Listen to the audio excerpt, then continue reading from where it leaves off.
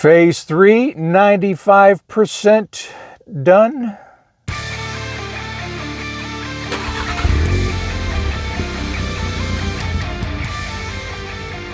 Welcome to my channel and thanks for being here. My name is Scott, and if you've watched my most recent videos, then you know that I've undertaken a huge overhaul of my amateur radio station, ham radio as it's often referred, and it's been a long road.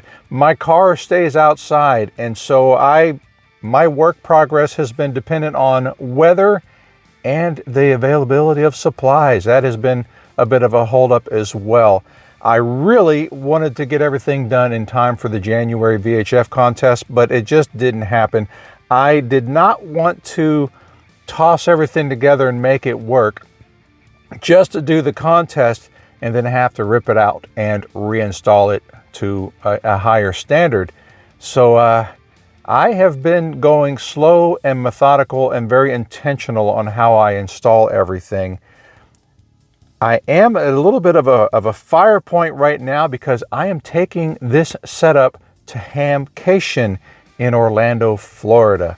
HamCation.com if you're curious. That takes place over the weekend of February 10th, 11th, and 12th. Today is Sunday. I am leaving on Tuesday, so that means I have to get on and get all of this cleaned out. You can see I've got all this junk in the car everywhere. Because the car stays outside, when I get done doing work for the day, rather than take everything and put it all away where it belongs, I pile it all into the car so then I can pile it all out the next day. And so now that I'm practically finished, I gotta pile it all out and then clean this mess up. All right, so let me show you what I have done. And the car is a sty, so through the magic of B-roll, I will show you my setup. So you're already familiar with my layout here in the front. Watch this video here to get somewhat of a look at what I have going on here. So I've got my HF rig over here on the by the driver's door. Right below that, my digital dual bander, and then off to my right, I have a multi rig, and this is an old FT857, and that is what I'm using as my contest rig. And then microphones hanging right below that. But none of this up here in the front is phase 3. If you watched my phase 2 video, then you already know, you're already seeing most of this layout here. Up here in the front, the top of the screen here is the front of the car. This is where my transceivers are laid out. So I've got my 4 transceivers, a ground bar, a fuse block, and this voltage regulator here, and that stabilizes my voltage at a steady 14.2 volts out. You've already seen that.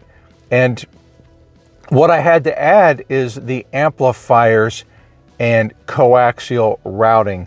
So my amplifiers, my goodness, they have been on eternal back order.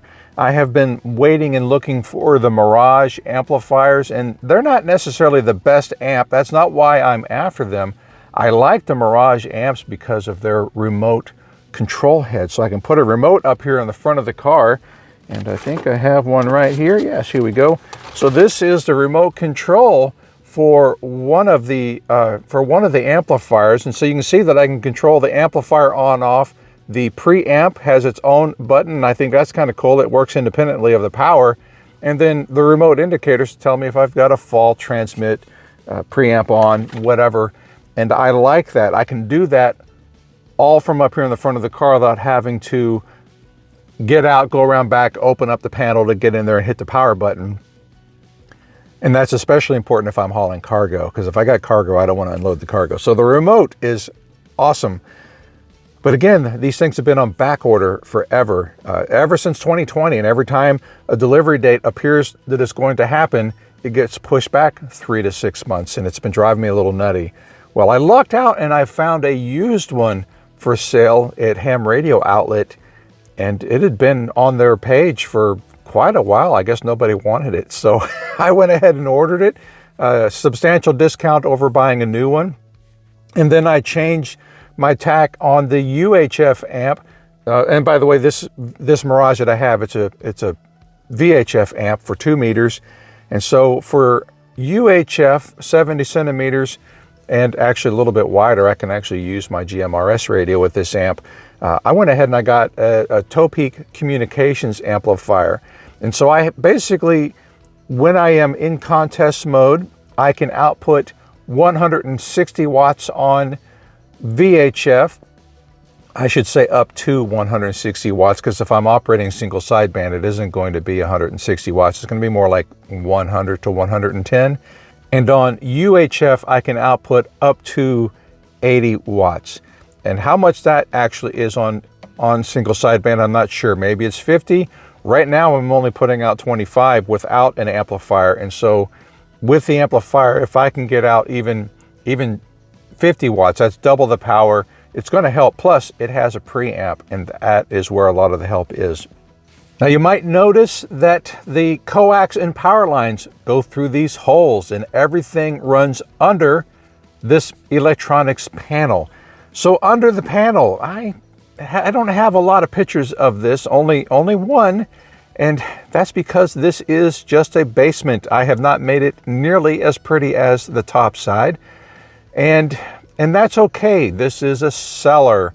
And so what I've done, you might recall that I drew lines. I traced the outline of a spare tire on top of the panel and the spare tire tub on top of the panel, so I could figure out where I wanted to mount my equipment when I was positioning everything during my phase 2 build. Well, after I started running wires underneath, I decided, oh, I better do this on the bottom as well. So I did some pretty ugly tracing, because this was done with everything in the car. And that's, drawing this space gave me an idea of where I wanted to route my coax and my power cables. And so everything is bundled along here. That way, when I close it, there's no interference with the spare tire or the body of the car, really, which is what the spare tire tub is. It's bundled and fairly neat. Everything is labeled, and it's just not as pretty as the top, but it is bundled, somewhat tidy, and definitely usable. Down here in the spare tire tub, you can see that I've got a coaxial switch, some diplexers, and I got a couple of dummy loads down here, and that is so that when I'm doing my antenna switching, none of my transceivers are ever left without a load on its coaxial port. And so not a lot of need for this to be super tidy, just as long as it's secure and fastened and allows me to open and close the panel freely without interference. You might notice that I've gone a little nuts with a label maker. I got my hands on a Dymo label maker, and it's got a feature that allows me to label coaxial cables. When I was taking everything out, you might recall from that madness of phase 2 where I was rerunning cables and figuring out where everything went, I decided I should go ahead and label things, especially the coax. Labeling each end of a coax, or really any cable, seems like a no-brainer, right? What I learned was, especially with the case of the coax, it's passing from one part of the car to another and then onward up to the roof. And it's important to put a coaxial label in the middle of the cable as well, because inevitably I will be fishing around and find a cable and I'm nowhere near the ends. And so having labels in the middle helps me to identify, oh, that's what this is. And so the label maker has been fantastic, and I have a lot of labeling left to do, but the bulk of it is done, especially the coax. That's the important part, because I have so much. How much coax do I have? Well, I think in phase 2, I told you that I have strung around 200 feet of data, between data, speaker, microphone, control cables, about 200 feet of cables for the radio strung inside this car, and that does not include the coax. Coax cable, including everything going up to the roof, around 275 feet. So that is a lot of cable in this car, and it's amazing that I was able to tuck it and hide it for the most part. And let me not forget to tell you about the topside antennas. I finally got my Rotator mounted and my Yagis. Used to be the Scorpion on the back on the hitch. That was my big antenna. and it is no longer. Now that I have the Rotator on the roof with Yagis, people take pictures of this car. I have seen even sheriff's deputies are taking pictures of my car probably to show their buddies and say, look at this weirdo. This is not, just to be clear, this is not a full-time setup that I drive around every day. I mean, I've been driving it every day for the past 10 days or so, but that's for road testing and figuring out how to configure things and to test how the Rotator works, how much movement I get on the antennas, and then stabilizing it. And so I have actually guyed my tower. It is I call it a micro tower, and I have guys on it. The guys do a little bit of stabilization. I'm not going to claim that they are doing a massive job of stabilizing things, but what they're really there for is for retention. And this would be, I'm not worried about anything just falling off the car. It's way stronger than that. This rack is rated to hold 165 pounds. My setup weighs around 100 pounds with everything. And then because some of that weight, about 20 to 25 pounds of the weight, is up really high, so there is a cantilevering effect on the mounts for the rack. So there is a little bit of stress going on at those mounting points, but I'm still not worried about anything just falling off. My concern would be hitting a tree limb in the dark that I didn't see, or less likely, but still possible. How many times, especially those of you, I'm going to say out in the country, because you don't see it so much in the city, but buzzards, turkey, vultures, they're in the road, right? You come flying around some country corner, and not just one, but maybe 3 of them in the road, and they don't move quite fast enough. Sometimes they fly out like this, sometimes they go straight up. If they go straight up, what will hitting a 15-pound bird do up there? Hopefully, not that I want my antennas wrecked, but if it does damage, hopefully it just wrecks some antennas and nothing comes off the car. But in the unlikely event that I shear a mounting bolt for this rack and enough to where the equipment would come off the car, that's what these guy wires are for. These guy lines are for retention, hopefully sufficient to hold everything to the car as I drag it down the road and try to get it off the road to a safe and controlled stop. That is the primary purpose of my guy lines. Stability, some retention, hopefully that is the core of what's going on. And hopefully I never need said retention. And let me be clear, it's an exhibition setup. I do not find value in operating with all of this stuff on the car.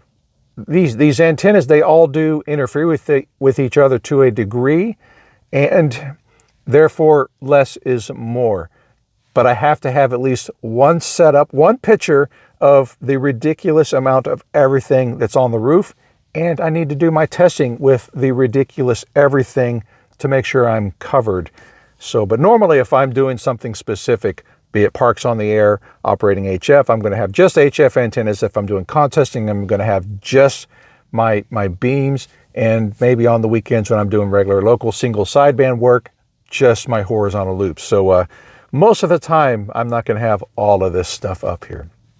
If you're around Orlando, whether you're coming to HamCation or not, I'm going to be there. I think it's the fairgrounds there. If you go to HamCation.com, you'll see exactly where it is in Orlando.